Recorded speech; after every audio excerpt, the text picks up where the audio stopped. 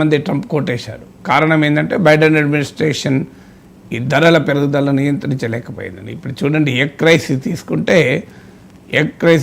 Eggs prices దాదాపు 20% పెరిగాయి ఈ లాస్ట్ ఫ్యూ మంత్స్లో. ఈ ఇయర్లో ఇంకో 20% పెరుగుతుంది అంటున్నారు. ఒక ఎగ్జాంపుల్ మీకు ఇవాళ ఈ టారిఫ్స్ వల్ల ఏం జరుగుతాయంటే ప్రతి వస్తువు ధర పెరుగుతుంది. ఇప్పుడు కార్ల ధరలు $4,000 నుంచి $10,000 పర్ కార్ పెరుగుతుంది. అమెరికన్లు ఎక్కువగా కొనే వస్తువులో కార్ ఒకటి. మీకు కాస్తంత మిడిల్ క్లాస్ స్థాయి దాటితే అమెరికాలో కార్లు కొనేస్తారు. ఎందుకంటే అక్కడ ఉండేటువంటి పబ్లిక్ ట్రాన్స్పోర్ట్ మనలాగా ఆర్టీసీ బస్సులు ఊరూరు గల్లగెళ్ళి తిరిగాయి. సో అందువల్ల మీకు ఈవెన్ వాళ్ళ హౌసింగ్ ప్రైసెస్ ఇప్పుడు ఎందుకంటే అమెరికాలో వుడెన్ స్ట్రక్చర్స్తో ఇల్లు కడతారు. 94% హౌసెస్ వుడెన్ స్ట్రక్చర్స్తో కడతారు, లంబర్ అంటారు. సో ఈ వుడెన్ స్ట్రక్చర్స్లో అమెరికాలో వాడే వుడెన్ స్ట్రక్చర్లో 1/3 కెనడా నుంచి వస్తాయి. ఇప్పుడు కెనడా పైన భారీగా సుంకాలు విధించడంతో ఆ వుడెన్ స్ట్రక్చర్ ప్రైసెస్ పెరిగిపోతాయి. దాంతో ఇండ్ల ధరలు పెరిగే ప్రమాదం ఉంది. ఒకవైపు ఇంట్రెస్ట్ రేట్స్ తగ్గుతున్నాయి, అదొక కన్వీనియంట్ యాంగిల్ ఇండ్ల ధరలకు. బట్ ఈ రా మెటీరియల్ ఇన్పుట్ కాస్ట్ ఏమో పెరుగుతుంది. అలాగే మీకు అవకాడోస్ ఫర్ ఎగ్జాంపుల్ బాగా ఎక్కువగా వాడుతుంటారు అమెరికాలో. ఇప్పుడు మన దగ్గర మొదలైంది. అమెరికాలో వాడే అవకాడోస్లో 90% మెక్సికో నుంచి వస్తాయి. ఇప్పుడు అవి కాస్ట్లీ అయిపోతాయి. మ్యాపుల్ సిరప్ అని వాడతారు, అంటే షుగర్ తక్కువగా, స్వీట్ తక్కువగా ఉంటుంది. సో మీకు మ్యాపుల్ ప్యాన్ కేక్స్ అమెరికాలో తినేటువంటి నార్మల్ బ్రేక్ఫాస్ట్లో ఫుడ్లో చాలా ఎక్కువగా వాడే మ్యాపుల్ సిరప్. సో ఈ మ్యాపుల్ సిరప్లో గ్లోబల్ ప్రొడక్షన్లో 75% కెనడాలోనే ప్రొడ్యూస్ అవుతుంది. నువ్వు కెనడా నుంచి వచ్చే వాటి మీద నువ్వు ట్యాక్స్ వేస్తావు. ఆటోమొబైల్స్ ఇప్పుడు కార్ల పైన ట్యాక్స్ వేసావు. Auto components last year 8 million 80 లక్షల కార్లు అమెరికా దిగుమతి చేసుకుంది.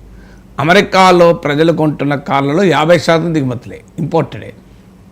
ఇది కాక అమెరికాలో తయారయ్యే టెస్లా లాంటి కంపెనీ కానీ, అమెరికన్ కంపెనీ అయిన ఫోర్డ్ లాంటివి కానీ, మీకు ఇవన్నీ కూడా దే యూజ్ ఫారిన్ కాంపోనెంట్స్, ఇతర దేశాల నుంచి వచ్చేటువంటి కాంపోనెంట్స్ మీద వాడతారు. ముఖ్యంగా America, Canada, Mexico auto industry highly integrated. ఇక్కడ తయారవుతుందా ఆ కారు అక్కడ తయారవుతుందో కూడా చెప్పలేము. ఒక కారు మ్యానుఫ్యాక్చర్ అయ్యే క్రమంలో అమెరికా, కెనడాల మధ్య ఒక 3-4 సార్లు సరిహద్దులు దాడుతుంది.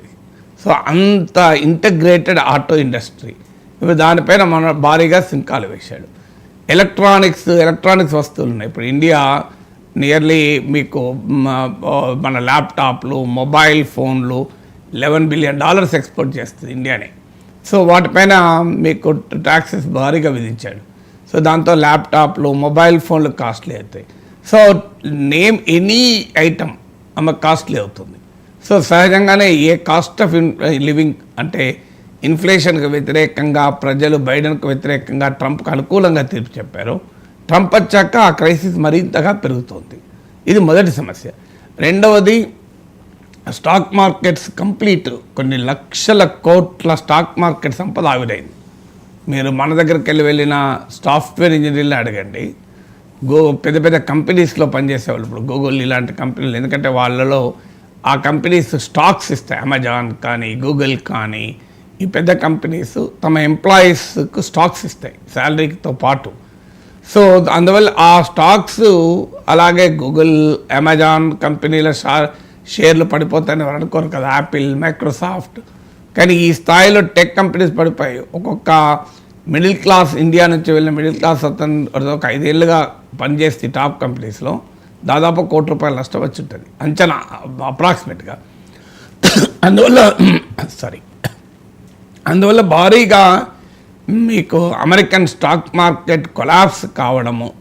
ఇంకా వైస్ ప్రెసిడెంట్ జేడీ వ్యాన్స్ ఏమంటున్నాయంటే this is one bad day in the history of global stock markets. అంటే ప్రపంచ స్టాక్ మార్కెట్ల చరిత్రలో ఇది ఒక్క చెడు రోజు మాత్రమే అంటాడు. అంటే అర్థం ఏంటి, ఇంకా చాలా బ్యాడ్ డేస్ రాబోతున్నాయని. సో స్టాక్ మార్కెట్స్లో ఇన్వెస్ట్ చేసే వాళ్ళలో అత్యధికులు మిడిల్ క్లాస్ ఇలాంటి వాళ్ళే.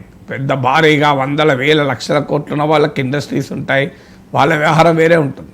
సో వాళ్ళందరి మార్కెట్ క్యాపిటలైజేషన్ ఆవిరైపోతుంది. మీకు ఒక యాపిల్ కంపెనీ షేర్లే మొన్న 9% పడిపోయాయి. సో ఇది స్టాక్ మార్కెట్లో కుదేలవుతున్నాయి. ఇది రెండో ప్రాబ్లం. మూడో ప్రాబ్లం ఏంటంటే టారిఫ్ వల్ల ఏమవుతుంది, ధరలు పెరుగుతాయి. ధరలు పెరిగినప్పుడు ఆటోమేటిక్గా కన్జంప్షన్ తగ్గుతుంది. కన్జంప్షన్ తగ్గితే ప్రొడక్షన్ అవసరం తగ్గుతుంది. మీకు ఎప్పుడైనా కొనేవారు ఉంటే కొంటుంటేనే అది ఉత్పత్తి, లేకపోతే ఉత్పత్తి చేసి ఏం చేసుకుంటారు. ప్రొడక్షన్ తగ్గితే మీకు ఎంప్లాయ్మెంట్ తగ్గుతుంది. ఎంప్లాయ్మెంట్ తగ్గితే ఆదాయాలు తగ్గుతాయి. ఆదాయాలు తగ్గితే మళ్ళీ కన్జంప్షన్ తగ్గుతుంది. అందువల్ల ఒక విషియస్ సర్కిల్, విషవలయంలోకి అమెరికన్ ఎకానమీ ఎంటర్ అవుతుంది. వర్చువల్ సైకిల్ అంటారు. అంటే ప్రజలకు ఆదాయాలు పెరిగి వారు కన్జంప్షన్ చేస్తే కన్జంప్షన్ వల్ల ప్రొడక్షన్ అవసరం ఉంటుంది. ప్రొడక్షన్ వల్ల ఎంప్లాయ్మెంట్ పెరుగుతుంది. దీన్ని వర్చువల్ సైకిల్ అంటారు. సో ఈ వర్చువల్ సైకిల్ ఆఫ్ ఎకానమీ ఉండాల్సింది కాస్త విషియస్ సైకిల్ ఆఫ్ ఎకానమీగా మారిపోయింది. సో అందువల్ల ఇవాళ ఖచ్చితంగా జాబ్స్ క్రైసిస్ పెరిగే అవకాశాలు ఉంది. సో అందువల్ల ఎవరేజ్ అమెరికన్కు హార్డ్షిప్స్ మొదలవుతున్నాయి. అంటే ఎవరేజ్ అమెరికన్, అది వైట్ అమెరికన్ కానీ నాన్ వైట్ అమెరికన్ కానీ, ప్రతి ఒక్క వైట్ రేసిస్ట్ ఫీలింగ్స్ని పెంచి ట్రంప్ గెలిచాడు. కానీ వాళ్ళు కూడా తప్పదు అనుభవించాల్సిందే కదా. ఈ ధరలన్నీ పెరిగితే వారు కూడా ఇప్పుడు ఉదాహరణకు క్రూడ్ ఆయిల్ అమెరికా కెనడా నుంచి కొంటుంది. కెనడా అమ్మే క్రూడ్ ఆయిల్ ఎక్స్పోర్ట్లో 60% అమెరికాకే. మీకు ఇలా ఒక్కటని కాదు, ఇప్పుడు మెక్సికో ఎక్స్పోర్ట్స్లో 83-84% అమెరికాకే. సో అందువల్ల ఒక కంప్లీట్గా అక్రాస్ ద బోర్డ్ ఎకానమీ చాలా సీరియస్గా డ్యామేజ్ అవుతుంది. మీకు dollar, make America great again అని ట్రంప్ అంటే 2025లో డాలర్ దెబ్బతిన్నంతగా ఏ కరెన్సీ దెబ్బతినలే.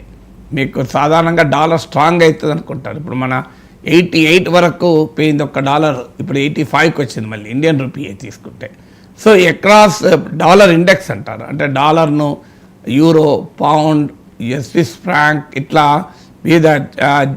వివిధ దేశాల కరెన్సీలతో కంపేర్ చేసినప్పుడు దాన్ని డాలర్ ఇండెక్స్ అంటారు. సో డాలర్ ఇండెక్స్ చూస్తే డాలర్ కంటిన్యూస్గా ఫాలో అవుతుంది, డాలర్ డిక్లైన్ అవుతుంది. డాలర్ డిక్లైన్ కావడం అంటే అమెరికన్ల ఆర్థిక శక్తిని దెబ్బతీయడమే. సో ఇలా ఒక కాంప్రిహెన్సివ్ అటాక్ ఆన్ ఎకానమీ కనబడుతోంది. తర్వాత అమెరికా బాయ్కాట్ అమెరికా అనే డిమాండ్ ప్రపంచవ్యాప్తంగా పెరుగుతోంది. మీకు కెనడాలో అమెరికన్ విస్కీని అమ్మడం మానేశారు. యూరప్లో టెస్లా కార్లు కొనడం మానేశారు. అక్రాస్ ద వరల్డ్ మీకు ముఖ్యంగా అమెరికా మిత్ర దేశాలైనటువంటి కెనడాలో, యూరప్లో బాయ్కాట్ అమెరికా అనే నినాదం విపరీతంగా పెరిగింది. దీనివల్ల అమెరికన్ ఎక్స్పోర్ట్ దెబ్బతింటాయి. బాయ్కాట్ అమెరికా అనే నినాదంతో పాటు ప్రపంచంలో అన్ని దేశాలకు కూడా కౌంటర్ టారిఫ్స్ మొదలుపెట్టారు. అంటే ట్రంప్ టారిఫ్స్ వేస్తామని బెదిరిస్తే దానికి కౌంటర్ ఇప్పుడు కెనడా టారిఫ్లు విధించింది, చైనా విధించింది, యూరప్ విధిస్తోంది, అన్ని దేశాలు విధిస్తున్నాయి. ఎందుకంటే ట్రంప్ 60 దేశాలపైన టారిఫ్స్ విధించాడు ఇప్పటికీ. విచిత్రం ఏంటంటే ఆయన ఒక లెసోటోనో కంట్రీ పేరు చెప్పాడు. ఆయన అమెరికన్ కాంగ్రెస్లో మాట్లాడుతూ ఈ లెసోటోనో కంట్రీ మనం ఎన్నడూ వినకూడా ఇల్లే, దానికి కూడా బైడెన్ ప్రభుత్వము సహాయం చేసిందని చెప్పి విమర్శించాడు. ఇప్పుడు ఆ లెసోటో పైన కూడా టారిఫ్లు విధించాడు. ఆస్ట్రేలియాకు చెందిన 2 ఐలాండ్స్ పైన టారిఫ్, ఒక ఐలాండ్ లేదా మనుషులు కూడా ఉండరు, ఇంకో ఐలాండ్లో 2000 మంది ఉంటారు. ఇలా అక్రాస్ ద బెల్ట్ 60 కంట్రీస్ పైన టారిఫ్ విధించడం వల్ల ప్రపంచవ్యాప్తంగా స్టాక్ మార్కెట్స్ పతనమయ్యాయి. ప్రపంచవ్యాప్తంగా అమెరికా వస్తువులపై బహిష్కరించండి అనే నినాదం మొదలైంది. గ్లోబల్ ట్రేడ్ దెబ్బతింటోంది. గ్లోబల్ ట్రేడ్ ఇప్పుడు వరల్డ్ ట్రేడ్ ఆర్గనైజేషన్ తాజా అంచనా ఏంటంటే కనీసం ఒక 1% అన్న డిక్లైన్ అవుతుందని.